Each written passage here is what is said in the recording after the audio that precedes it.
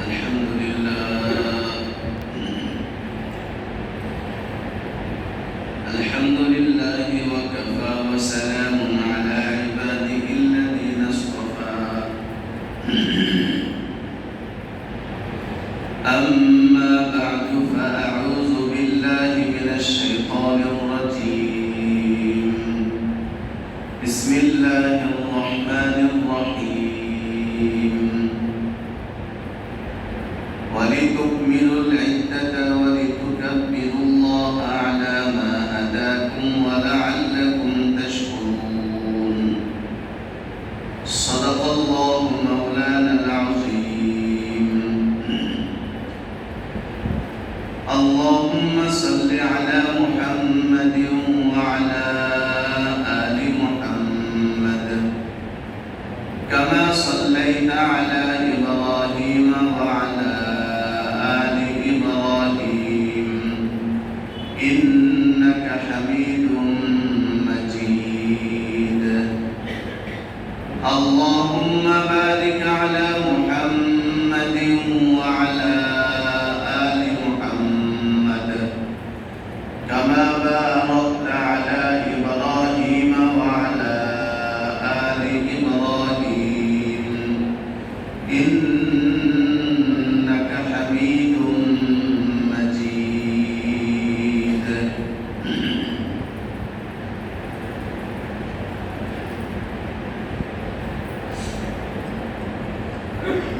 قابل احترام مسلمين الكرام মহান রব্বুল আলামিনের অগণিত দয়া এবং ইহসান যিনি আমাদেরকে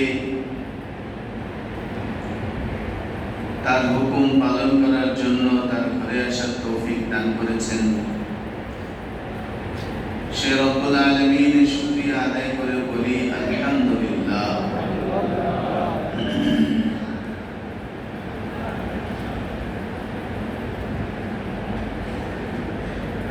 আল্লাহ তাআলা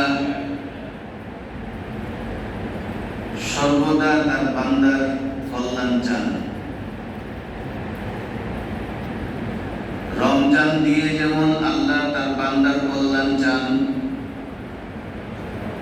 রমজান ছাড়াও আল্লাহ তার বান্দার কল্যাণ চান। তাই রমজানের ক্ষেত্রে আল্লাহ তাআলা আয়াত নাযিল করে বলেছেন, ইউরিদুল্লাহু বিকুমুল ইউসরা ওয়ালা ইউরিদু বিকুমুল উসর। আল্লাহ তার বান্দার সহজ চান, কঠিন চান না। রমজান ছাড়াও আল্লাহ তাআলা বলেছেন, ইউরিদুল্লাহু লিইউতাহহিরা কুলুবাকুম। আল্লাহ চান বান্দার দিলকে পবিত্র করে দিতে। আর বান্দার দিল পবিত্র হয়ে যাওয়া এটাই বান্দার জন্য আল্লাহর পক্ষ থেকে একেবারেই সহজ একটা সিদ্ধান্ত। কেননা যার দিল পবিত্র তার আমল আল্লাহর কাছে কবুল। যার দিল পবিত্র না, বাহ্যিকে ভাব ভঙ্গি যতই থাকুক, দিল যদি পবিত্র না হয় কোন আমলই আল্লাহর কাছে কবুল হয় না। আল্লাহ তাআলা আমাদেরকে যে রমজান মাস দিয়েছেন, একটা বান্দাকে অধিক পরিমাণে মাফ করার জন্যই আল্লাহ রমজান দিয়েছেন। আবার আল্লাহর ফয়সালা এই বছরের ক্ষেত্রে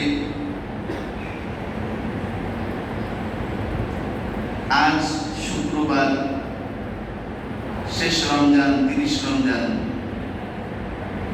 গত এই রাতের আগের রাত ছিল বেজোড় রাত,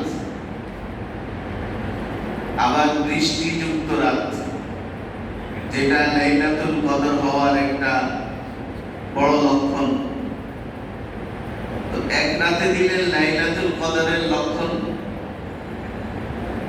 আরেক রাতে দিলেন জুমার রাতের লক্ষণ, জুমার রাত। এই দিনটা বানালেন সপ্তাহে। আজ দিনগত রাত যেটা আসবে এটাকে বলা হয় লাইলাতুল জাইজা, পুরস্কার বিতরণী রাত। আগামীকাল দিন যেটা আসবে সেটাও আবার ঈদের দিন, পুরস্কার বিতরণী দিন। আল্লাহ তার বান্দাকে অধিক সহজ করে দিলেন, বান্দার প্রতি অধিক পরিমাণে দয়া করলেন। এজন্য কিতাবের মধ্যে আছে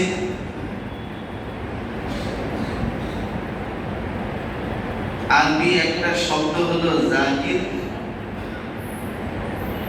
আরেকটা শব্দ হলো মজকুর। বাংলাতে জাকির অর্থ স্মরণকারী, আর মজকুর অর্থ স্মরণকৃত, যাকে স্মরণ করা হয়। যে স্মরণ করে তাকে বলা হয় জাকির, যাকে স্মরণ করা হয় তাকে বলে মজকুর। রমজান মাস পুরা মাস আমরা ছিলাম জাকির। সেহরির সময় আল্লাহকে স্মরণ করলাম সেহরি খাওয়ার মাধ্যমে, সারাদিন রোজা রাখার মাধ্যমে আল্লাহকে স্মরণ করলাম, সন্ধ্যাবেলায় ইফতারির মাধ্যমে আল্লাহকে স্মরণ করলাম, সন্ধ্যার পর তারাবির 20 রাকাত নামাজ পড়ার মাধ্যমে আল্লাহকে স্মরণ করলাম, রাত শেষে তাহাজ্জুদ পড়ার মাধ্যমেও আল্লাহকে স্মরণ করলাম। এভাবে পয়লা রমজান থেকে শুরু করেছে। আমরা প্রত্যেকেই ছিলাম জাকির, আল্লাহর স্মরণে। আজকে দিনগত রাত, কাল ঈদ পর্যন্ত, ঈদের নামাজ শেষ করা পর্যন্ত দুনিয়ার প্রত্যেকটা মুসলমান দুই ভাগে বিভক্ত হবে। যার এক ভাগ হবে মজকুর, যাকে স্মরণ করা হবে, আরেক ভাগ গায়রা মজকুর, এদের কোনো স্মরণ করা হবে না। যাদেরকে স্মরণ করা হবে না এরা সারা মাস আল্লাহ স্মরণকারীও ছিল না। রোজা রেখেছে মগর আল্লাহ স্মরণকারী ছিল না। কেন? কেননা হাদিসের মধ্যে আল্লাহ রাসূল বলে দিয়েছে, قال رسول الله صلى الله عليه وسلم رب صائم ليس له صيامه إلا الجوع। অনেক রোজাদার এমন হবে যারা সারাদিন না খেয়ে থাকবে, রোজা রাখবে, কিন্তু তাদের না খেয়ে থাকাটা আল্লাহর কাছে শুধুমাত্র উপবাস থাকার অর্থই হবে, রোজাদার হিসাবে বিবেচিত হবে না।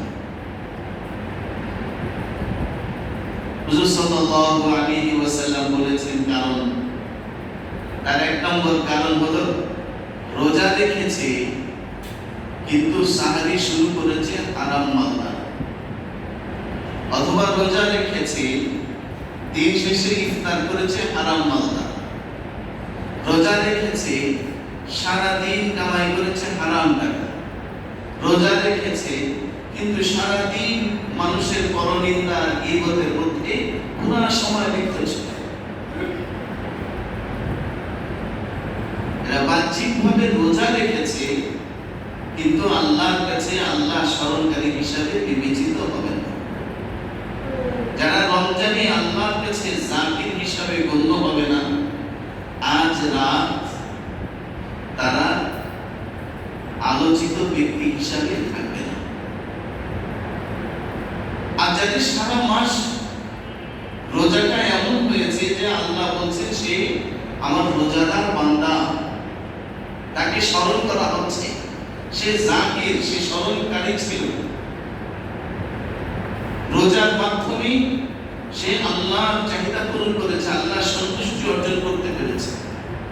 রোজার নামাজের মাধ্যমে আল্লাহ সন্তুষ্টি অর্জন করতে পেরেছে, তেলাওয়াতের মাধ্যমে আল্লাহ সন্তুষ্টি অর্জন করতে পেরেছে, সাদকা আর যাকাতের মাধ্যমে আল্লাহ সন্তুষ্টি অর্জন করতে পেরেছে।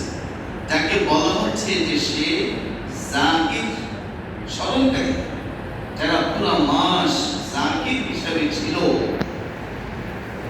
আজ রাত এরা হবে মজবুত আলোচিত ব্যক্তি। কোথায় আলোচিত ব্যক্তি হবে? কে তাদের আলোচনা করবে? হুজুর সাল্লাল্লাহু আলাইহি ওয়াসাল্লাম বলেন, আল্লাহ নিজে আলোচনা করবেন।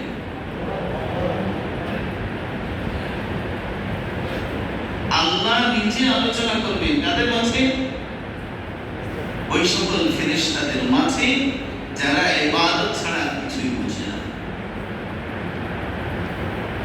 আজকে যারা সারা মাস জাকির ছিল তারা আল্লাহর কাছে আলোচিত ব্যক্তি হবে। হুজুর সাল্লাল্লাহু আলাইহি ওয়াসাল্লাম হাদিসের মধ্যে বলেছেন, قال رسول الله صلى الله عليه وسلم للصائم فرحتان فرحة عند فطره وفرحة عند لقاء ربه। যারা সারা মাস আল্লাহ যেমন চেয়েছেন তেমন ভাবে রোজার হক আদায় করে যারা রোজা রেখেছে, আল্লাহ তাদের জন্য দুটো সুসংবাদ রেখেছেন, দুটো আনন্দ রেখেছেন, একটা দুনিয়াতে আর একটা পরকালে। দুনিয়াতে কোনটা? মুহাদ্দিসিন কিরাম বলেন ঈদের দিন আল্লাহ রোজাদারের জন্য আনন্দের দিন রেখেছেন, আর পরকাল আল্লাহ এদের জন্য আলাদা এক জান্নাত বানিয়েছেন, যে জান্নাতের দরজার নাম রেখেছেন রায়্যান, লা ইয়াদখুলু বিহি ইল্লা সাইম। রোজাদার ছাড়া আর কেউ এই দরজা দিয়ে প্রবেশ করবে না। তো আজ রাত যারা আল্লাহর কাছে পছন্দনীয় হয়েছে তাদেরকে স্মরণ করা লাভ। এখন আমাদের কাছে প্রশ্ন হলো, সারাটা মাস কে কিভাবে পার করেছি হিসাব করলে নিজেকে নিজে জিরো দেওয়া ছাড়া কোনো উপায় থাকবে। তবে রমজান মাস এমন একটা মাস, এর এক সেকেন্ড এত দামি যে ওই এক সেকেন্ডে বান্দাকে আল্লাহ মাফ করে দিতে পারে। ওই এক সেকেন্ডও তার আল্লাহ থেকে ক্ষমা পাওয়ার জন্য যথেষ্ট। শর্ত হলো, এক নম্বর তার অনুভূতি থাকতে হবে যে আমি আল্লাহর কাছে আলোচিত হব। তার অনুভূতি থাকতে হবে শেষ সেকেন্ডটা পার হয়ে গেল কিন্তু আমি আমার গুনাহকে মাফ করাতে পারলাম না, তো আমি রাসূলের অভিশাপ আমার গলায় ঝুলিয়ে দিলাম। এই অনুভূতিটা থাকতে হবে। 3 নম্বর, সে আল্লাহর কাছে তওবা করতে হবে। আল্লাহর কাছে তওবা করতে হবে, আল্লাহ গুনাহ করে ফেলেছি, অবহেলায় দিন পার করে ফেলেছি, অল্প সময় আছে, আল্লাহ তওবা করলাম, মাফ করে দিন। এই যে 3টা আমল, বলেন তো এই 3টা আমলের ওয়াক্ত কোন সময় হয়? ফজরে, জোহরে, আসরে, মাগরিবে, ইশায়। কোন সময় হয় 3টা টাইমের ওয়াক্ত? বলেন তো। তওবার টাইম কি ফজরে না জোহরে? নাকি এটা ইফতার পর্যন্ত সময় আছে? আজকে ইফতার পর্যন্ত রমজান হিসেবে সময় আছে না? তাহলে এখনো 3 নম্বরটা সুযোগ হচ্ছে আমাদের কাছে। অনুভূতি আনা, আমি আল্লাহর কাছে আলোচিত হব, আল্লাহর প্রিয় বান্দা হব, এটার জন্য ইফতার পর্যন্ত সময় আছে কিনা? আমি যদি ক্ষমা না পাই তাহলে রাসূলের অভিশাপ আমার গলায় ঝুলিয়ে নেব, এই অনুভূতি আনার সময়ও কোনো আছে। শুধু নাই হলো পালনকারী ব্যক্তি। এটার অভাব। এই জন্য আমরা চেষ্টা করব, যা যেভাবে গেছে গেছে, যতটুকু সময় বাকি আছে আল্লাহর কাছে এখন থেকে ওই পর্যন্ত খুব দোয়া করো, খুব তওবা করো, খুব চোখের পানি ফেলো। আজ জুমা আদায় করছি, 70টা জুমা আদায় করার সওয়াব পাবো। আগামীকাল যখন আদায় করবো, মাথায় 70টার কোনো ওয়াদা নাই। আজ আসর পড়বো, 70টা আসর আদায় করার সওয়াব পাবো।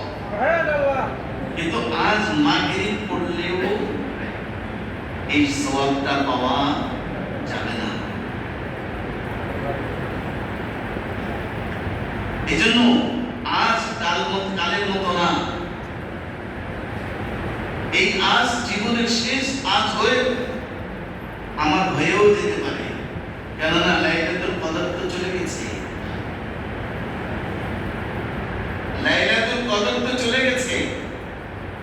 আজ পর্যন্ত আল্লাহ বাঁচিয়ে রেখেছেন, আগামী রমজান পর্যন্ত বাঁচিয়ে রাখবেন কিনা জানা নাই, কিন্তু আজ পর্যন্ত বাঁচিয়ে রেখেছেন।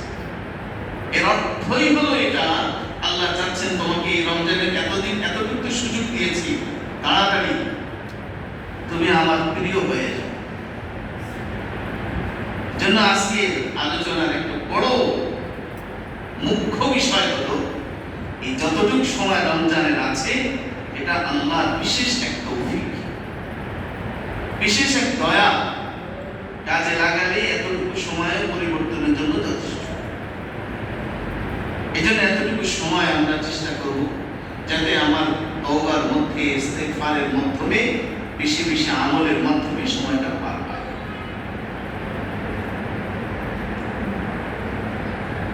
এর সাথে আমলের ক্ষেত্রে আরেকটা বিষয় মনে রাখি, হুজুর সাল্লাল্লাহু আলাইহি ওয়াসাল্লাম হাদিসের মধ্যে বলেছেন, কে যদি এই রমজান মাসে একটা নফল আমল করে,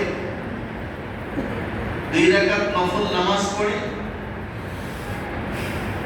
আল্লাহ রাসূল বলেছেন, কামান আদা ফরিদাতান ফিমা সাওয়া, রমজান ছাড়া একটা ফরজ আদায় করার সওয়াব সে পেয়ে যাবে।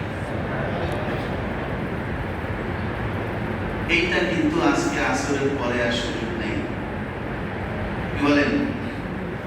আসরের পরে নফলের মাধ্যমে ফরজ আদায় করার সুযোগ আছে? তাহলে নফল আদায় করে ফরজ লুফে নেওয়া, এই সুযোগটা কতটুকু পর্যন্ত আছে? হ্যাঁ, আসর পর্যন্ত আছে কিনা? এটা যেমন আমরা জানলাম, 1 নম্বর ঘরের মা বোনদেরকে এই কথাটা জানিয়ে দেব। 2 নম্বরে শুধু জানানো না, আজকে অন্য কোনো ব্যস্ততা থাকলে ইমার্জেন্সি সবচেয়ে মসজিদে পড়ি আর বাসায় পড়ি, আসর পর্যন্তই সময়, এরপরে আমল নামা বন্ধ হয়ে যাবে। যত পারি মানসম্মত ভাবে বেশি বেশি নফল নামাজ পড়ি, যতটুকু পারি মানসম্মত ভাবে। বসে পড়েন, দাঁড়ায় পড়েন, কিছু সময় দাঁড়ায় পড়েন, ক্লান্তি লাগছে বসে পড়েন। অন্য সব ক্ষেত্রে সুন্নাত দাঁড়ায় পড়লে পুরা সওয়াব, বসে পড়লে অর্ধেক সওয়াব, মাগার রমজানের ফজিলতের ক্ষেত্রে নফল পড়লে যে ফরজের সওয়াব কিন্তু অর্ধেক হয় না। দাঁড়ায় পড়লে যেমন পুরা ফরজের সওয়াব পাবেন, বসে পড়লেও পুরা ফরজের সওয়াব পাবেন। যেন অলসতা করে আবার বসে পড়িয়েন না, দাঁড়ায় পড়তে থাকেন, ক্লান্তি লাগছে বসে পড়েন। উদ্দেশ্য আসর পর্যন্ত আমি বেশি বেশি নফল পড়ব। যে বিবেকমান তার জন্য এতটুকু সময় অনেক দামি, অনেক দামি। এই জন্য দুনিয়ার লোক আল্লাহ বুঝে, আমরা যেমন পরিশ্রম হই, আখিরাতেরও লোভ আর লাভ একটু বুঝা দরকার। সেই লাভে আর লোভে কমাস কম আসর পর্যন্ত একটু আমলের মধ্যে লিপ্ত থাকা আমাদের প্রত্যেকের জন্য জরুরি। 2 নম্বর বিষয় হলো সাদকাতুল ফিতর সম্পর্কে বিগত 2 জুমায় হালকা মধ্যে ভারী দুরকমই আলোচনা হয়েছে। সাদকাতুল ফিতর সম্পর্কে সর্বশেষ যে আলোচনাগুলো আমাদের প্রত্যেকের জন্য শোনা জরুরি, সেটা হলো সাদকাতুল ফিতর কেন দেব, কখন দেব, কাকে দেব। সাদকাতুল ফিতর আদায় করার পিছনে হুজুর সাল্লাল্লাহু আলাইহি ওয়াসাল্লাম একটা কারণ বলেছেন। রমজানের রোজা আমরা প্রত্যেকেই রেখেছি, পবিত্রতা বজায় রাখার চেষ্টা করেছি। ইনসান হিসাবে আমাদের ভুল ত্রুটি হতেই পারে। হুজুর সাল্লাল্লাহু আলাইহি ওয়াসাল্লাম বলেছেন সাদকাতুল ফিতর আদায় করার মাধ্যমে আল্লাহ তাআলা এই ভুল ত্রুটিকে মাফ করে দেবেন। ফজিলত এটা যদি সামনে থাকে তাহলে একটা মাসালা আর আমাদের কাছে আসবে না, সেটা হলো আমার মা বাবা সাদকাতুল ফিতরকে আমি দেব কিনা। এটা আসবে না আমার ঘরের কাজের লোকের সাদকাতুল ফিতরকে আমি দেব কিনা। কেননা আমি যদি আদায় করি, তা যার পক্ষ থেকে সাদকাতুল ফিতর আদায় করলাম আল্লাহ তার ত্রুটি মাফ করে দিচ্ছেন। আমি যেটা সহযোগী হলাম, আমারটা আদায় করার মাধ্যমে যেমন আমারটাও মাফ পেয়ে যাচ্ছি, আরেকজনেরটা আদায়ের যে সহযোগিতা করলাম আমি ডবল মাফির সওয়াব পেয়ে গেলাম। এই জন্য সাদকাতুল ফিতর নিয়ে গড়িমসি নয়। তবে কে কতটুকু দিব এটা গত সপ্তাহে ভালো করে আপনাদেরকে বুঝিয়ে দেওয়া হয়েছে। সর্বনিম্ন হলো 110 টাকা, যারা ঢাকায় আমরা আদায় করি, ঢাকায় থাকি। আর এছাড়া সর্বোচ্চ আপনি খেজুরের হিসাবে ধরেন, পনিরের হিসাবে ধরেন, কিশমিশের হিসাবে ধরেন, কতটুকু ধরবেন 3 কেজি পর্যন্ত ধরেন, যেটা গত সপ্তাহে আমরা বিস্তারিত বলেছি, সেই হিসাব করে আপনি আদায় করে দেবেন। কখন আদায় করবেন? সাদকাতুল ফিতর আদায় করার জন্য সবচেয়ে উত্তম সময় হলো ঈদের দিন ঈদগাহে যাওয়ার আগে। এটা হলো সর্বোত্তম সময়। তবে হানাফি মাযহাবে এবং ইমাম আহমদ ইবনে হাম্বল রাহমাতুল্লাহ আলাইহির মাযহাবে কেউ যদি আগে দিতে চায় তাহলেও এটা আদায় হয়ে যাবে, পরে যদি দিতে চায় আদায় হবে, তবে উত্তম না। তাহলে কখন আদায় করবো এটাও জানতে পারলাম। 3 নম্বরে কাকে দিব? আমরা সাধারণভাবে যেটা করে থাকি, প্রত্যেক মসজিদে ঈদগাহে কিছু শ্রেণীর মানুষ টাকা নেওয়ার জন্য 2 পাশে লাইন ধরে বসে থাকে। অনেক এলাকায় তো জায়গা দখল করার জন্য অনেক আগেই আসে, অনেক আগ থেকেই জায়গা দখল করে রাখে। আমরা এদেরকেই অনেক সময় সাদকাতুল ফিতর হিসাবে ভাগ করে দিয়ে থাকি। কিন্তু ইসলামের মাসআলা, শরীয়তের মাসআলা আমাকে একটু চিন্তা করতে বলেছে। শরীয়তের মাসআলা আমাকে বলেছে যোগ্য ব্যক্তিকে দাও। মানুষের যোগ্যতা কয়েকভাবে নির্ণয় হয়। যার 1 নম্বর নির্ণয়ের মাধ্যম হলো আর্থিক অবস্থা। 2 নম্বর যোগ্যতা নির্ণয়ের মাধ্যম হলো তার আমলিক অবস্থা।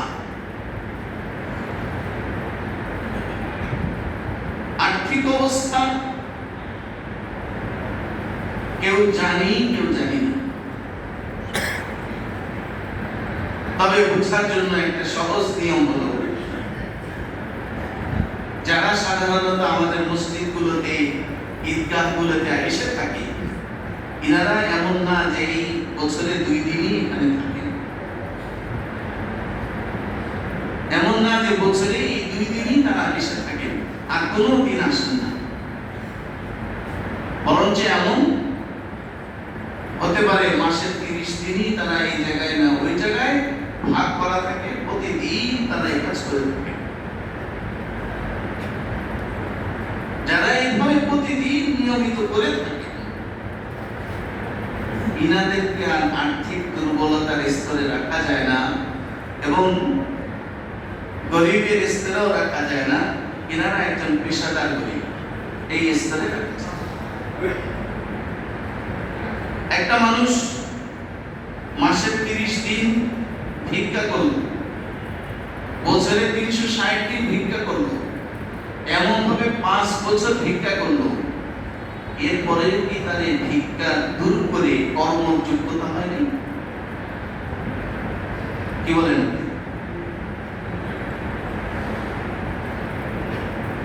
কিন্তু যারা এই লাইনে আছে আল্লাহর দয়ায় এই পর্যন্ত যতদিন গেছে গেছে, বাকি মৌত পর্যন্ত থাকার ইচ্ছাও মনে হয় তাদের আছে। এই জন্য আর্থিকভাবে এরা মোটেও দুর্বল নয়, আর্থিকভাবে মোটেও দুর্বল নয়, পরিপূর্ণ স্বাবলম্বী মানুষ। বাকি প্রকাশ পাচ্ছে আমাদের সামনে এইভাবে, কারণ এটাই তার আকৃতি, এটাই তার পোশাক, এটাই তার আইডেন্টিটি। মার দিয়ে সুন্দর জামা গায়ে দিয়ে এখানে বসলে কেউ দিবে না, এটা সবাই জানে। এজন্য এটাই তার আইডেন্টিটি। 2 নম্বরে যোগ্যতা নির্ণয়ের মাধ্যম হলো আমল। আমলের ক্ষেত্রে আপনারা মোটামুটি আমার বোঝানোর প্রয়োজন নেই। যারা এখানে বসে থাকেন, নামাজের সাথে তাদের সাথে আলহামদুলিল্লাহ কোনো সম্পর্ক নেই। নামাজ পড়তে আসলে যদি জায়গা দখল হয়ে যায় সমস্যা, এই জন্য জায়গায় বসে পড়বে, তাও মসজিদে এসে পড়বে।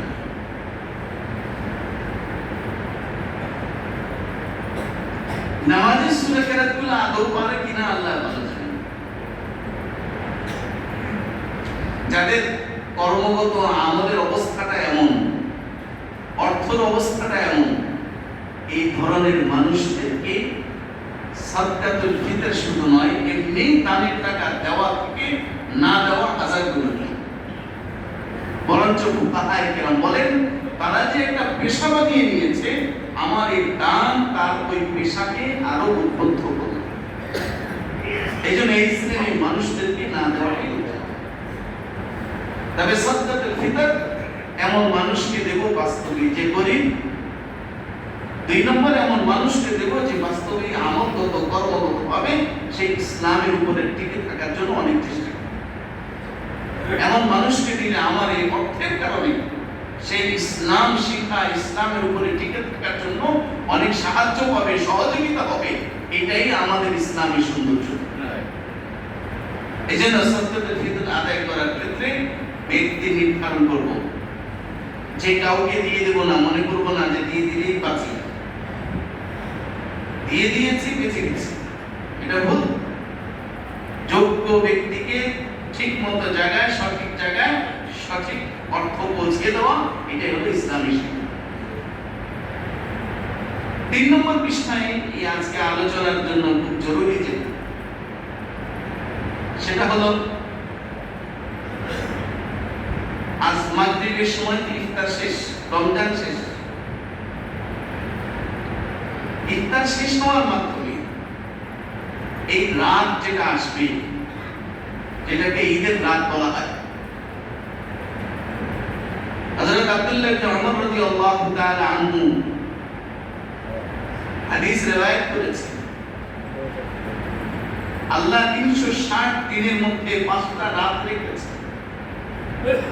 এই রাতের মধ্যে কেউ যদি আল্লাহর কাছে দোয়া করে, রাতটা এত গ্রহণযোগ্য মকবুল রাত যে আল্লাহ এই রাতে বান্দার দোয়াকে ফিরাই দেন। যার মধ্য থেকে 1 নম্বর রাত হলো আউয়ালুল লাইলাতি রজব। রজবের চাঁদ যে রাতে উঠে, ওই রাত আল্লাহর কাছে পছন্দনীয় রাত। দুই নম্বর রাত হলো লাইলাতুল নিসফি মিন শাবান। লাইলাতুল নিসফি মিন শাবান শবে বরাতের রাত। তিন নম্বর রাত হলো লাইলাতুল কদর। লাইলাতুল কদরের রাত। 4 নম্বর আর 5 নম্বর রাত হলো লাইলাতুল ঈদাইন, রমজানের ঈদের রাত, কুরবানির ঈদের রাত। এছাড়া হযরত মুআয ইবনে জাবাল রাদিয়াল্লাহু তাআলা আনহু হাদিস রওয়ায়াত করেছেন। হযরত সামুরা ইবনে জুনদুব রাদিয়াল্লাহু তাআলা আনহু হাদিস রওয়ায়াত করেছেন। উনাদের হাদিসের মধ্যে উল্লেখ হয়েছে মান আহইয়া লায়ালিল খামসা, এই 5 রাত যে আমলের মাধ্যমে জাগ্রত থাকবে, লাম ইয়ামুত কলবুহু, তার অন্তর ওই দিন মরবে না যেই দিন সকল মানুষের অন্তর আল্লাহর ভয়ে মারা যাবে। সেদিন কোন দিন? কিয়ামতের দিন। কিয়ামতের দিন আল্লাহ তাকে সুস্থ সবল রাখবেন, আল্লাহ তাআলা তার নিয়ামতের মধ্যে রাখবেন। এই সুসংবাদ রাসূলের মাধ্যমে তার উম্মতকে দিয়েছেন। এজন্য আজ রাত এটাও আমাদের জন্য গুরুত্বপূর্ণ একটা রাত। মনে রাখতে হবে এই রাত যেমন গুরুত্বপূর্ণ রাত, এই রাতে কিন্তু আমাদের চিরশত্রুর শিকল থেকে বের হয়ে যাওয়ার রাত। এই রাত আমাদের চিরশত্রুর শিকল থেকে বের হয়ে যাওয়ার রাত, শয়তানের মুক্তির রাত। এজন্য বলেছিলাম বয়ানের শুরুতে, রমজানে আমরা মুসলমানরা 2 ভাগে বিভক্ত ছিলাম। এক ভাগ ছিলাম জাকির, যারা আল্লাহ স্মরণে লিপ্ত ছিলাম।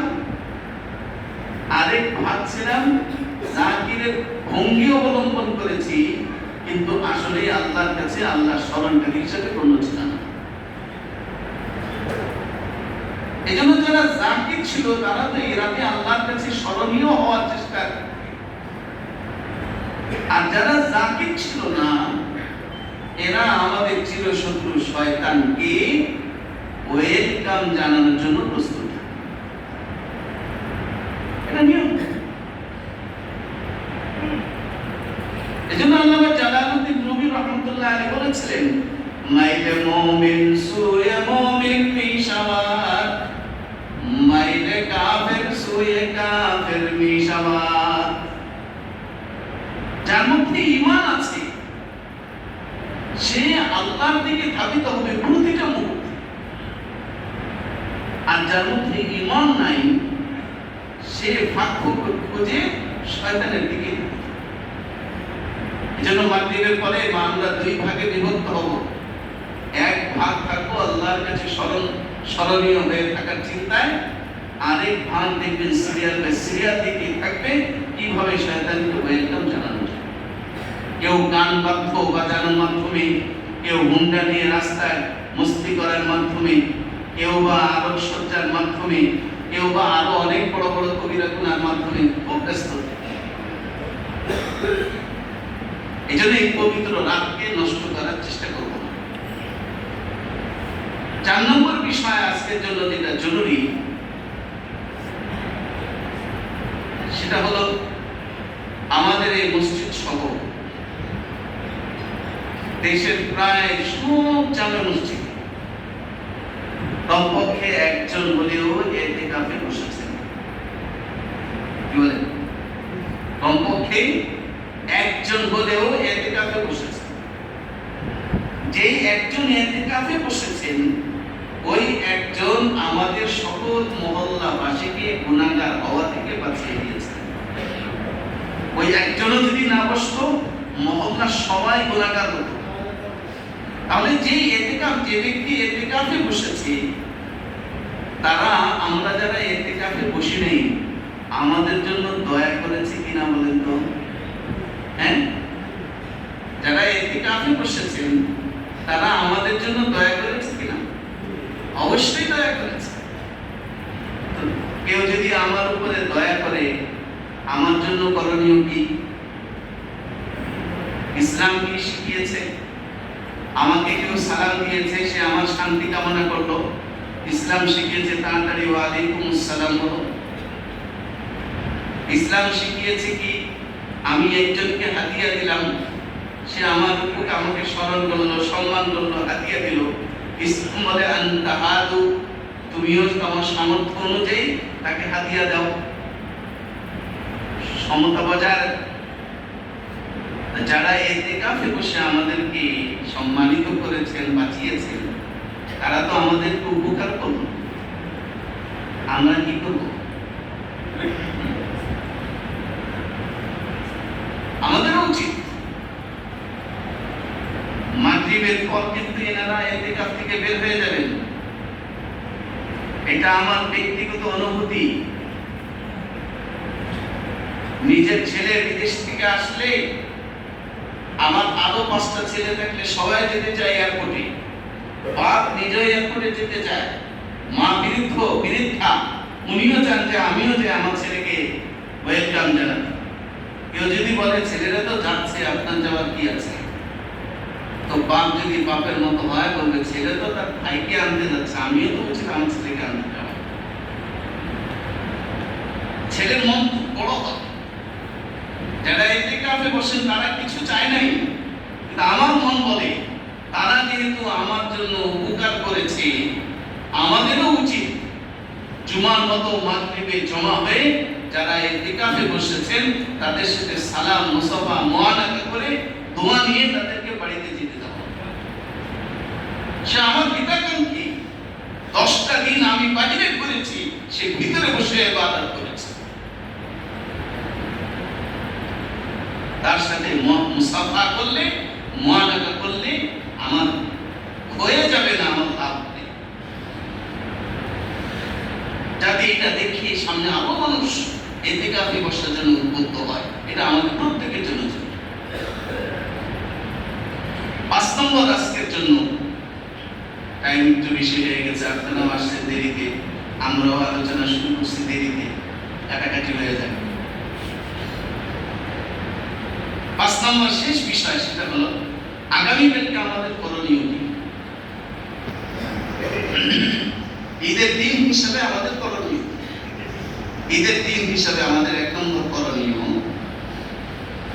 যেটা ঈদের দিন হিসাবে না কিন্তু কিছু কিছু কারণে খুব জরুরি, সেটা হলো ফজরের নামাজ মসজিদে এসে পরিপূর্ণ জামাতের সাথে আদায় করা। 1 নম্বর। তার কারণ হলো আমাদের টেন্ডেন্সি, এটা আমাকে প্রমাণ করে যে ঈদের নামাজ পড়বো না বছরে একদিন, এটা কেমন লাগে। আর এই মসজিদে শেষ হলো, ওই মসজিদে, ওইখানে শেষ না হলো ওখানে, কমপক্ষে বাইতুল মুকাররমে 11টায় হলেও শেষ জামাত করব। এই যে একটা কম্পিটিশন বা টেন্ডেন্সি, চিন্তা ভাবনা খুব ভালো, সাধুবাদ জানি। একটা ওয়াজিব আমলের জন্য এতটুকু অনুমতি থাকা খুব জরুরি, কিন্তু কোটি কোটি ওয়াজিব একসাথে করলে একটা ফরজের সমতুল্য হয় না। সেই ফরজ ফজরের সময় ছিল, এটার অনুভূতি আরো কোটি গুণ বেশি থাকা দরকার। এই জন্য বললাম 1 নম্বর আমাদের জরুরি কাজ হলো ফজরের নামাজ অবশ্যই তোমাদের সাথে পড়ব। আমাদের এই চোখে দেখা ছাত্র জমানায় ছোটকালে যখন আমরা মুক্তাদি হয়ে ঈদের নামাজ আদায় করতাম, অনেক ঈদগাহে দেখেছি খতিব সাহেবরা ঈদের নামাজ পড়ানোর আগেই বয়ানের শুরুতে, মধ্যখানে, শেষে এলান করতেন, যারা এই ফজরের নামাজ পড়েন নাই তাড়াতাড়ি এখানে ফজরের নামাজ পড়ে যান, না ঈদের নামাজ পড়িয়েন না। দেখতে শুনতে যেমনই লাগুক, তো ফরজ বাদ দিয়ে আমার ওয়াজিব দিয়ে টানাটানি সুন্দর না। এই জন্য আপনাদেরকে মনে করাই দিলাম 1 নম্বর কাজ হলো আমার তালিকা থাকতে হবে যে অবশ্যই আমি ফজরের নামাজ জামাতের সাথে আদায় করব ইনশাআল্লাহ। আল্লাহ সবাইকে আমল করার তৌফিক দান করুন। এরপরে ঈদের কেউ ভাই বাইরে বৃষ্টি হয়ে যাবেন, আসছেন কষ্ট করে, যায় না বসেন। 2 নম্বর ঈদের যে বিষয়, 1 নম্বর হলো ঈদের জন্য আমরা গোসল করব, উত্তম ভাবে গোসল করব। 2 নম্বর হলো উত্তম পোশাক পরিধান করব। 3 নম্বর হলো রমজানের ঈদুল ফিতরের সুন্নাত হলো ঈদগাহে আসার আগে খেজুর খেয়ে ঈদগাহে আসা। এই জন্য খেজুর খেয়ে আসার চেষ্টা করব। 4 নম্বরে একটা যে রাস্তা অবলম্বন, এমন রাস্তা অবলম্বন করব যাতে আসার সময় অপর রাস্তা দিয়ে বাসায় যেতে পারি। যদি এমন হয় যে আমার বাসার রাস্তাই একটা, তাহলেও সুন্নাত তরিকা আছে, ওই রাস্তার ডান পাশ দিয়ে আসার সময় আসবেন, যাওয়ার সময় আবার আপনার ডান পাশ দিয়ে যাবেন, তাহলে রাস্তার 2 পাশ আসা যাওয়া হবে, এটার দ্বারাও সুন্নাত আদায় হয়ে যাবে। 5 নম্বর হলো ঈদের নামাজ পড়তে আসার সময় হালকা আওয়াজে তাকবীর বলতে বলতে আসবো। তাকবীরটা হলো আল্লাহু আকবার, আল্লাহু আকবার, লা ইলাহা ইল্লাল্লাহ, আল্লাহু আকবার, আল্লাহু আকবার, ওয়ালিল্লাহিল হামদ। এটা শুধু আগামীকালকের সুন্নাত যে তা না, রাসূলের সুন্নাত হলো চাঁদ ওঠার পর থেকেই ঈদের নামাজ শেষ করা পর্যন্ত রাসূল এই তাকবীর বলতে থাকতেন। হযরত ওমর রাদিয়াল্লাহু তাআলা আনহু বাজারে গেছেন, কেউ সালাম দিয়েছে, ওমরের সুন্নাত হলো ওয়া আলাইকুমুস সালাম বলা, কিন্তু ওমর রাদিয়াল্লাহু তাআলা আনহু ওয়া আলাইকুমুস সালাম না বলে আগে তাকে তাকবীর শুনেছেন, তারপরে তাকে ওয়া আলাইকুমুস সালাম বলছেন। আর বলছেন এই রাতের আমল হলো কারোর সাথে দেখা হলে আগে তাকবীর বলো, এরপরে তাকে সালাম দাও। কিছু কিনতে গেছো, কিনো, এটার দাম কত এটা বলার আগে তাকে তাকবীর শোনাও, এরপরে বলো ভাই এটা কত। বিক্রেতা বিক্রি করবা, করো, দাম বলার আগে তাকে তুমি তাকবীর শোনাও, এরপরে তুমি তার দাম বলো। এটা ইসলামী সৌন্দর্যতা। গান বাদ্য বাজিয়ে বোঝানোর দরকার নেই যে আগামীকাল ঈদ। ইসলাম শিখিয়েছে তাকবীরের মাধ্যমে জানাও জনগণকে যে আগামীকাল ইসলামের ঈদ। কেননা ইসলামের ঈদ শুধু অনুষ্ঠান হয় না, ইসলামের ঈদ ইবাদত হয়। যে অনুষ্ঠান ইবাদত সেটাই ইসলামের অনুষ্ঠান, যে অনুষ্ঠান ইবাদত না সেটা ইসলামের অনুষ্ঠান না। তাকবীরে তাশরিক বলবো। 6 নম্বর আমল হলো ফজরের নামাজের পর থেকে নিয়ে ঈদের নামাজ শেষ করা পর্যন্ত কোনো প্রকারের নফল নামাজ পড়ব না, বাসায়ও না, ঈদগাহেও না, বাসায়ও না, ঈদগাহে। 6 নম্বর আমল হলো ঈদের নামাজ সবচেয়ে উত্তম হলো ঈদগাহে পড়া। আমাদের পরিস্থিতি অনুযায়ী ঈদগাহ সংকট হওয়ার কারণে, প্রতি মহল্লায় না থাকার কারণে বিপরীত বিকল্প হিসাবে মসজিদে পড়লেও আদায় হয়ে যাবে, বিধায় আমরা মসজিদে আদায় করে থাকি। 7 নম্বর হলো ঈদের নামাজ শেষ করার পর আবার যখন বাসায় যাব অন্য রাস্তা দিয়ে তাকবীর বলতে বলতে ফিরে যাব। 8 নম্বর একটা সুন্নাত হলো ঈদের দিন যার সাথে অনেকদিন পর দেখা হলো, ঈদের দিন যার সাথে অনেকদিন পর দেখা হলো তার সাথে আমরা সালাম দিব, মুসাফা করব, মুআনা করব।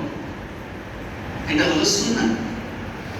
আর যদি প্রতিদিন দেখা হয়, ঈদের দিনও আমরা মুআনাকা করি, বাঁচার জন্য একটা রাস্তা বলি, তবে এটা আস্তে আস্তে ছাড়ার চেষ্টা করা উচিত।